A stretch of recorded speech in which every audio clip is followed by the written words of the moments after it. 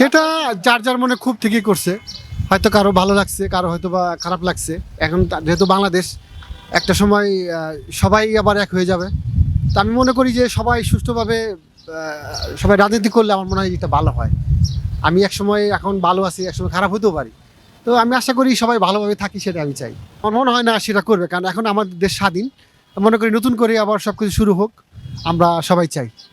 এখন আগে যারা যেটা করছিল সেটা ভালো কিনা জানি না, তবে এখন আমরা আপাতত নিরাপদ আছি। আগের চেয়ে এখন ভালো কিছু আমার মনে হচ্ছে, সবাই মানে ভালোভাবে চলতে পারতেছি আমরা। তো মাঝখানে কিছু সমস্যা হয়েছিল, এখন যেটা আস্তে আস্তে ক্লিয়ার হচ্ছে। আশা করি সামনে আরো ভালো হবে, পরিবর্তন হবে। আমরা দোয়া করি যে সবাই যাতে ভালোভাবে চলতে পারে, এটা আমাদের প্রত্যাশা। আসলে আওয়ামী লীগ, বিএনপি আর যারা যাওয়া লীগ যারাই করে না কেন, ওই দিন শেষে কিন্তু সবাই সবার। তা আমি মনে করি যে জিনিসটা যেহেতু বাংলাদেশ, আর সবাই মিলেই আসলে জিনিসটা করা উচিত।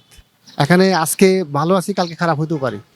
এখন সবাই দলটা আসলে খুব খারাপ জিনিস রাজনীতিকটা। আমি মনে করি যে আসলে এখন যেটা যেভাবে আছে, আমাদের প্রধান উপদেষ্টা, আমার মনে হয় উনি থাকলে আমার জন্য ভালো হয়, মানে সবার জন্য ভালো হয়, আমি এটা আশা করি।